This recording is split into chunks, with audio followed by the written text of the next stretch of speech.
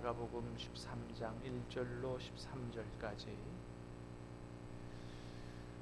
예수께서 성전에서 나가실 때에 제자 중 하나가 이르되 선생님이여 보소서 이 돌들이 어떠하며 이 건물들이 어떠하니까.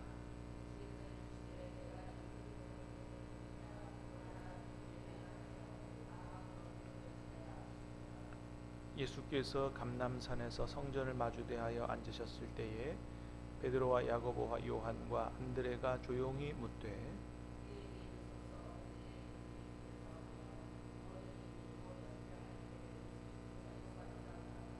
예수께서 이르시되 너희가 사람의 미혹을 받지 않도록 주의하라.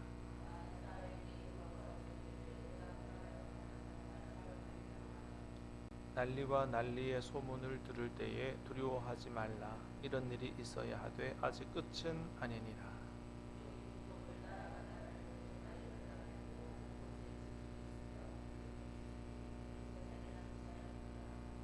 스스로 조심하라. 너희는 스스로 조심하라. 사람들이 너희를 공회에 넘겨주겠고 너희를 회당에서 매질하겠으며 나로 말미암아 너희가 권력자들과 임금들 앞에 서리니 이는 그들에게 증거가 되려 함이라. 사람들이 너희를 끌어다가 넘겨줄 때에 무슨 말을 할까 미리 염려하지 말고 무엇이든지 그때에 너희에게 주시는 그 말을 하라. 말하는 이는 너희가 아니요 성령이시니라.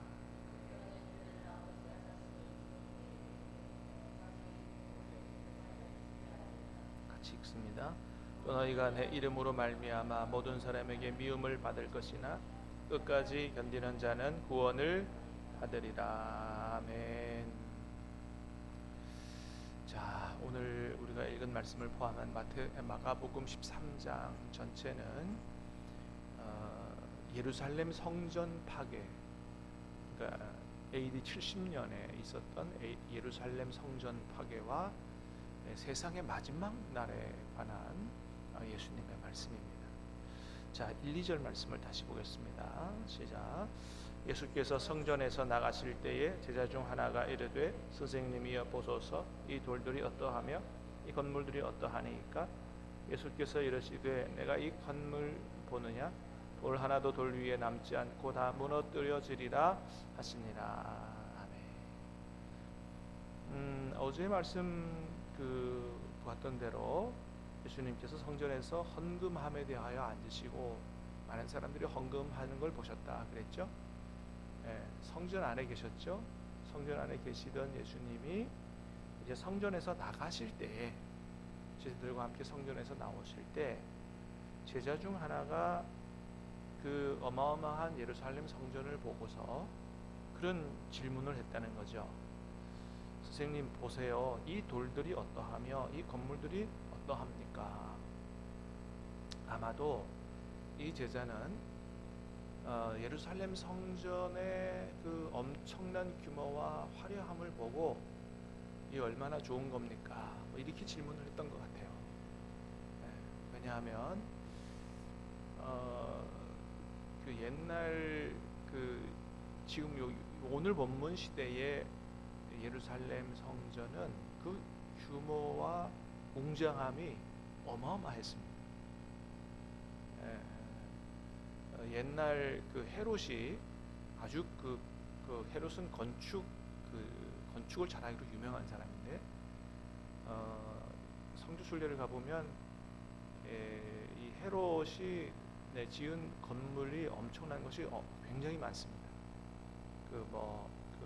원형 경기장 같은 것도 짓고 그렇게 했는데 유대인들한테 자기가 이제 유대인의 왕으로 임명을 로마 제국에서 임명을 받으면서 원래는 헤롯은 유대인이 아니거든요. 에돔 사람입니다. 에돔 사람.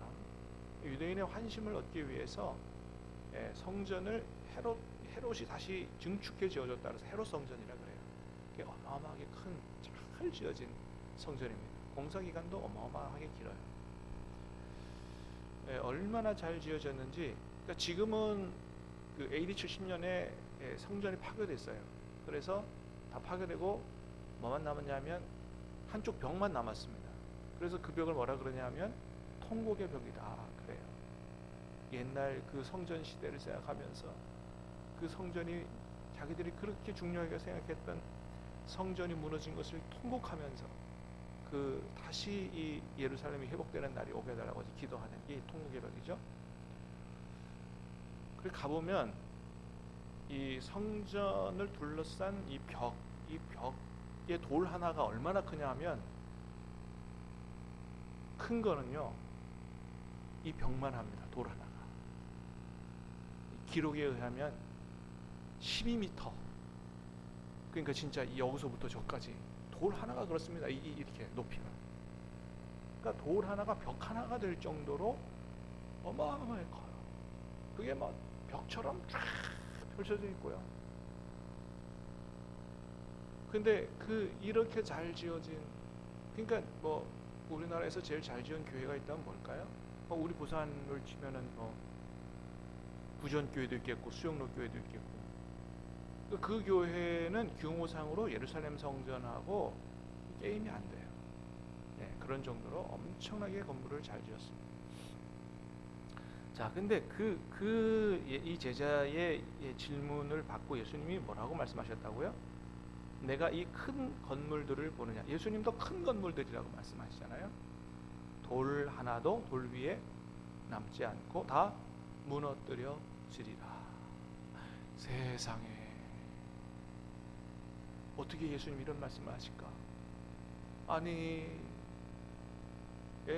성전이 아니라도 잘 지어진 건물을, 그게 누구라도 무너뜨리면 안 된다 이렇게 얘기하는 게 정상일 텐데, 그것도 하나님 앞에 제사 드리고 하나님을 섬기는 이 성전, 이 아름답고 화려하고 웅장한 성전, 이게 무너지다니. 예수님 말씀하십니다. 다 무너지게 될 거다. 왜 그렇게 말씀하시는 거죠? 그 당시의 성전이 성전의 기능을 제대로 하지 못했기 때문에. 예수님께서 예루살렘 성에 들어가서 제일 먼저 하신 일이 뭐라고요? 성전을 둘러보셨고 그 다음날 오셔서 성전을 둘러 엎으셨다 그랬죠. 성전이, 예수님 볼 때는 성전이 아니에요. 그냥 잘 지어진 건물에 불과해요. 그 안에서 하나님 앞에 뭐 제사는 드린다 그러지만 그 안에서 전부 탐욕을 가지고 돈이나 먹을 생각하고 장사나 할 생각하고, 그리고 하나님 앞에서 죄송합니다 하지만은 또다시 계속해서 범죄하고 죄를 짓고, 그래서 예수님 보실 때는 성전이 아니고 강도들이 모인 구렬이다, 소굴이다. 그래서 이런 성전은 성전이 아니고 하나님이 심판하신다, 그런 말씀을 하시는 거죠. 그렇습니다.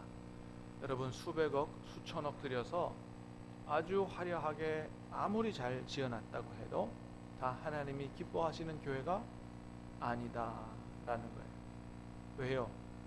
하나님께서, 주님께서 말씀하시는 진짜 교회는 건물이 아니기 때문이에요. 예, 엄격히 말하면 이거는 교회가, 우리 신암교회라고 이렇게 간판을 붙여놨지만은 엄격히 말하면 교회가 아니고 건물은 뭐예요? 교회당이에요. 교회당. 교회가 모이는 집이다. 집당자 써서. 예. 그래서 우리가 이것을 때로 성전이다 이렇게 얘기하긴 하지만 거룩한 곳이다, 거룩한 사람들이 모이는 곳이라는 의미지 건물 자체가 거룩하다, 물론 우리 그런 의미로 쓰기도 해요. 왜냐하면 하나님께 바쳐진 거니까. 그런데 하나님 보실 때 엄밀하게 말하는 성전은 건물이 아니에요. 저와 여러분이 성전이고 우리 모인 사람들이 성전이에요. 하나님은 우리 안에, 사람들 안에 임하시기를 원하시지 건물 안에 임하시기를 원하시는 분이 아니기 때문에 그렇습니다. 그래서 그 건물 안에, 교회 안에, 성전 안에 모인 사람들이 어떤 사람들이냐에 따라서 이게 진짜 교회일 수 있고 교회가 아닐 수 있다는 거예요. 거기 안에 있는 사람들이 진정한 예배를 드리느냐, 정말 사랑하며 사느냐, 정말 하나님의 말씀에 순종하며 그렇게 참되게 하나님을 섬기며 살아가려고 애쓰느냐, 그런 곳이면 아무리 작은 교회도 주님이 기뻐하시는 교회다. 할렐루야. 그래서 서머나 교회 같은 교회, 빌라델피아 같은 교회, 네가 적은 능력으로 충성했다. 주님이 기뻐하시면서 칭찬하시잖아요. 그런 교회가 진짜 교회지. 사람들이 많이 모이고, 예? 정말 그 교회를 삐까뻔쩍하게 지어놨다고 해서 하나님 다 기뻐하시는 교회가 아니다. 예. 사정에 따라서 사람이 많이 모일 수도 있고, 또는 교회를 교회 구성원들이 사업을 많이 하는 사람들이 모여가지고 헌금을 많이 해서 교회를 잘 지을 수도 있어요. 그렇지 못할 수도 있지만 얼마든지 하나님 앞에 기쁨이 되는 바른 교회가 될 수가 있다. 그건 누구에게 달렸다고요? 성도들에게 달렸다. 사랑하는 여러분, 우리 교회에서 하나님 정말로 기뻐 받으실 참다운 예배, 진정한 예배가 올려줄 수 있기를 주님의 이름으로 축복합니다. 주의 말씀에 순종하며 살기를 축복합니다. 순종하며 사랑하며 살게 되기를 축복합니다. 그게 진짜 주님이 기뻐하시는 교회다. 그렇지 않고 강도의 소굴이 되면 하나님이 어떻게 하신다고요? 심판하셔서 다 무너지게 하신다. 그러니까 하나님 앞에는 건물은 아무것도 아니에요. 솔로몬이 그 화려한 금으로 도배된 구약의 성전을 지을 때부터 그런 말씀하셨어요. 원래 하나님은 성전을 원하신 분이 아니에요. 다윗이 성전을 집어 드리기를 원했어요. 그래, 참 네 마음이 가득하다. 그러나 너는 못 지을 거고 네 아들이 짓게 할 거다 하면서 성전 짓고 성전 봉헌 기도를 드릴 때 하나님 말씀하셨어요. 그래, 고맙긴 하지만 그러나 명심해라. 너희가 나를 떠나 우상을 숭배하고 내 말에 불순종하고 살면 이 성전이라도 던져버리겠다고 말씀하셨어요. 구약시대 때부터 그렇게 말씀하셨고, 그것이 그대로 예전에 실로의 성전이 심판받을 때부터 이미 그대로, 또 예루살렘 성전이 또 심판받아 AD 70년에 로마 제국에 의해서 다 무너지게 되는 그런 일들이 있었던 것입니다. 자, 제자들이 3절 4절 보겠습니다. 질문을 합니다. 시작. 예수께서 감람산에서 성전을 마주대하여 앉으셨을 때에 베드로와 야고보와 요한과 안드레가 조용히 묻되 우리에게 이르소서 어느 때에 이런 일이 있겠사오며 이 모든 일이 이루어지려 할 때에 무슨 징조가 있사오리까? 예수님이 성전이 다 무너진다 그런 말씀하시니까 금방 질문은 못하고 성전을 마주대한 산, 아마 감람산이라고 보여집니다. 그 감람산에 가셨을 때 제자들 몇이 여쭈어 봤어요. 예수님, 아까 그 말씀하셨는데 언제 그런 일이 있습니까? 또 그런 일이 있을 때, 그 엄청난 일이 있을 때 징조가 뭡니까? 질문을 했어요. 자, 그 질문에 대해서 예수님이 먼저는 징조가 아닌 것들에 대해서 말씀하십니다. 자, 징조가 아닌 것들 6절에서 8절 시작. 5절부터 시작. 예수께서 이르시되 너희가 사람의 미혹을 받지 않도록 주의하라. 많은 사람이 내 이름으로 와서 이르되 내가 그러하여 많은 사람을 미혹하리라. 난리와 난리의 소문을 들을 때에 두려워하지 말라. 이런 일이 있어야 하되 아직 끝은 아니니라. 민족이 민족을, 나라가 나라를 대적하여 일어나겠고 곳곳에 지진이 있으며 기근이 있으리니 이는 재난의 시작이니라. 아멘. 자, 징조가 아닌 것들, 그래서 너희가 사람의 미혹을 받지 않도록 주의해라. 많은 사람이 내 이름으로 와서 내가 그다, 내가 메시아다, 그리스도라 하며 많은 사람을 미혹하리라. 이단 사이비 적그리스도가 나타나서 그렇게 해도 말세는 아니다. 말세가 아닐 뿐만 아니라 예루살렘 성전 파괴가 일어나는 일도 아니다. 그러니까 이 말씀을 하실 때가 예수님이 아직 이 땅에 계실 때니까. 그리고 그러면 AD 한 30년에서 35년 사이거든요. 한 AD 30년쯤 됐을 겁니다. AD 30년쯤. 그리고 AD 70년에 이 사건이 일어났으니 40년 후에 일어날 일이에요. 그러니까 뭐 적그리스도들이 와가지고 그렇게 미혹을 해도 아직 예루살렘 성전 파괴 때가 아니다 라는 말이죠. 7절에 그랬습니다. 난리와 난리의 소문을 들을 때에 두려워하지 말라. 이런 일이 있어야 돼. 아직 끝은 아니니라. 이것도 마찬가지예요. 소요, 폭동, 뭐 데모, 막 막 나라가 막 무너질 것 같아. 그래도 아니라는 거예요. 민족이 민족을, 나라가 나라를 대적하여 일어나겠고 전쟁입니다. 전쟁이 일어나도 아니라는 거예요. 곳곳에 지진과 기근이 있으리니 이는 재난의 시작이지 징조가 아니라는 겁니다. 특별히 그 재난의 시작이라고 하는 말은 헬라어로 아르케오디논이라고 하는 말인데, 더 정확히 번역하면 산통의 시작이다, 이런 뜻이에요. 그러니까 임산부가 아이 날 때가 되면 이제 산통이 오죠. 근데 산통이 오자마자 아이가 태어나요? 아니죠. 한참 산통을 해야 아이가 태어나요. 저도 첫째를 낳을 때 경험이 없으니까 산통이 오기 시작하니까 막 경황이 없더라고. 빨리 부랴부랴 병원에 갔어요. 병원에서 뭐라 그러냐면 멀었으니까 집에 갔다 오세요. 다시 집에 갔어요. 이런 일들은 뭐 이단이 나타나는, 적그리스도가 나타나고 무슨 전쟁이 일어나고 기근이 일어나고 막 지진이 일어나고 그러면 막 세상 말세다 그러는데 그거 아니다 이거예요. 그러나 그게 뭐냐면 끝이 가까이 오긴 했어요. 근데 징조는 아니라는 거예요. 그래서 그런 일이 일어날 때 주님 오실 때가 가까이 왔나 보다 하는 경각심을 가질 필요는 있지만 곧 예수님이 들이닥치는 것은 아니다. 그런데 산통이 반복되다 보면 어떻게 해요? 어느 날 갑자기 아이가 태어나는 것처럼 주님이 갑자기 오실 수 있다. 또 특별히 이 제자들한테는 예루살렘의 성전 파괴가 일어날 수 있다. 이제 그 말씀을 하시죠. 자, 그 다음에 그때에 대한 제자들의 고난을 얘기합니다. 9절 시작. 너희는 스스로 조심하라. 사람들이 너희를 공회에 넘겨주겠고 너희를 회당에서 매질하겠으며 나로 말미암아 너희가 권력자들과 임금들 앞에 서리니 이는 그들에게 증거가 되려 함이라. 실제로 일어났죠. 제자들이, 예수님이 이제 하늘로 승천하신 이후에 제자들이 공회에 끌려다녔죠. 채찍질을 했죠. 사도행전에 보면.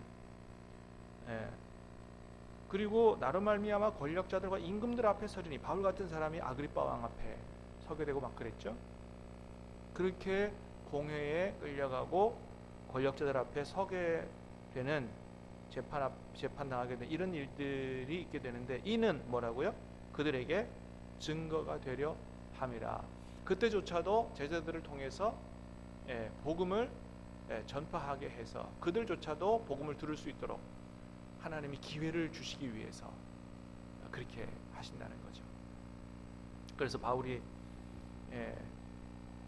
그 아그리빠 왕 앞에서도 복음을 전하잖아요. 그렇습니다. 자, 그래서 뭘 얘기해 주는 거냐면은 고난을 당할 때라도 제자들이 해야 될 일은 뭐라고요? 복음을 전하는 일이다 라고 하는 것입니다. 여러분, 그때 당시는 예수님 믿는다 그러면요 거의 죽는 것을 각오해야 됐어요. 그 제자들이 공회에 끌려가서 얻어맞고 그렇게 해서도 기뻐하면서 복음을 전했고 공회를 떠났다. 그렇게 성경은 기록하고 있습니다. 그래서 우리가 로마 제국 시대처럼 복음을 전하면 끌려가고 얻어맞고 감옥에 갇히고 죽는 한이 있더라도 해야 될 일 중에 하나는 뭐라고요? 복음을 증거하는 것이다. 여러분, 복음 전도가 그렇게 중요한 사명이에요. 이거 우리가 명심해야 됩니다. 그냥 나만 잘 믿고 섬기다가 천국 가면 다가 아니에요. 나중에 주님이 분명히 물으실 거예요. 너는 이 귀한 복음을 너만 갖고 있다가 왔느냐? 책망을 받을 거예요. 아니, 복음을 부끄러워하면 주님 뭐라 그러신다고요? 나도 너를 부끄러워하리라고 말씀하셨어요. 절대로 우리가 혼자만 예수 믿어서는 안 된다라고 하는 것입니다. 자, 10절 시작. 또 복음이 먼저 만국에게 전파되어야 할 것이니라. 이 말씀 때문에 이게 이제 자꾸 주님의 재림과 연관되어진다고 오해하는데, 여기에 만국은 그 당시 세계관 속에서 만국을 얘기해요. 이 당시는요, 아직 지구가 둥글다, 지구가 태양 주위를 돈다, 이런 것도 제대로 모를 때예요. 그래서 마치 지구가 이 땅이 평평한 것처럼 지구가 그렇게 생겨서 끝으로 가다 보면 갑자기 뚝 떨어져서 죽는다, 그렇게 생각했던 때고, 그 당시의 세계관 속의 만국은 이스라엘 주변 세계예요. 바로 우리나라로 치면은 뭐 중국, 일본, 뭐 소련 요런 정도. 예. 옆에 바다니까 그게 끝인 줄 알지 그 넘어서 여기 미국이 있는 줄 모르던 시대. 그래서 지중해 주변 소아시아와 터키, 유럽 일대, 스페인이 끝이라고 생각하던 때예요. 근데 AD 70년 되기 전에 그런 쪽에 제자들과 바울을 통해서 복음이 편만하게 전해졌죠. 그러고 난 다음에 끝이 온다는 거예요. 그러니까 이게 이 말씀이 지금 선교사들이 가서 땅끝까지 복음을 전하면 주님의 재림한다 이런 말씀이 아니에요. 그런데 그렇게 오해하시는 분들이 많습니다. 나중에 분명히 말씀합니다. 주님의 재림 때는 징조가 있다 없다? 없다 그랬어요. 만일에 선교사들이 복음을 땅끝까지 가서 전하는 것이 예수님의 끝날이 오시는 날이라고 하면 징조가 있어요 없어요? 그 징조가 있잖아요. 복음 전파가 어떻게 되는지를 알면, 선교사들과 복음이 어디까지 들어간 줄 알면 주님이 언제 오시는 줄을 우리가 가늠할 수가 있지요. 그렇지 않아요. 주님의 재림은 징조가 없습니다. 도둑같이 오십니다. 그래서 더 무서운 거고, 그래서 평소에 준비하지 않으면 안 된다는 거예요. 그래서 만국의 복음이 전파되는 것은 주님의 재림에 관한 말씀이 아니고 예루살렘 성전 파괴와 관련된 말씀이에요. 바울을 통해서 그렇게 쭉 복음이 전파되고, 바울이 AD 70년 전에 순교당해서 죽습니다. 바울이 순교 이후 몇 년 되지 않아서 로마 제국에 의해서 예루살렘 성전이 파괴가 되는 거예요. 자, 11절 시작. 사람들이 너희를 끌어다가 넘겨줄 때에 무슨 말을 할까 미리 염려하지 말고 무엇이든지 그때 너희에게 주시는 그 말을 하라. 말하는 이는 너희가 아니요 성령이시니라. 아멘. 염려하지 말라는 거예요. 누가 너희와 함께 계신다? 성령께서 함께 계시고, 너희가 뭔 얘기를 해야 될지를 생각하게 하고 깨닫게 하고 말하게 하시는 이가 누구다? 성령이시다. 그러니까 여러분 전도할 때도 기도하시고 성령을 의지하세요. 생각지도 못한 말을 하게 하실 거예요. 네. 자, 12절. 형제가 형제를, 아버지가 자식을 죽는데 내주며 자식들이 부모를 대적하여 죽게 하여, 심지어는 가족들에게까지 미움을 받고 죽는데 내어주는 이런 일까지 있을 거다. 그러나 13절. 또 너희가 내 이름으로 말미암아 모든 사람에게 미움을 받을 것이나 끝까지 견디는 자는 구원을 받으리라. 이 말씀은 뭐냐 하면, 끝까지 견디면 목숨을 얻게 될 것이다 라는 말씀이 아니에요. 로마 제국에 끌려가서 채찍질 당하고 가족에게 고발당하고 미움받고 권력자들 앞에 잡혀가서 순교를 당할지언정 죽을지언정 믿음을 버리지 아니하면 구원을 받게 될 것이다. 그 당시에 로마 제국의 핍박 때문에 믿음을 버린 사람이 많아요. 그것 때문에 쓰여진 게 히브리서이기도 하고요.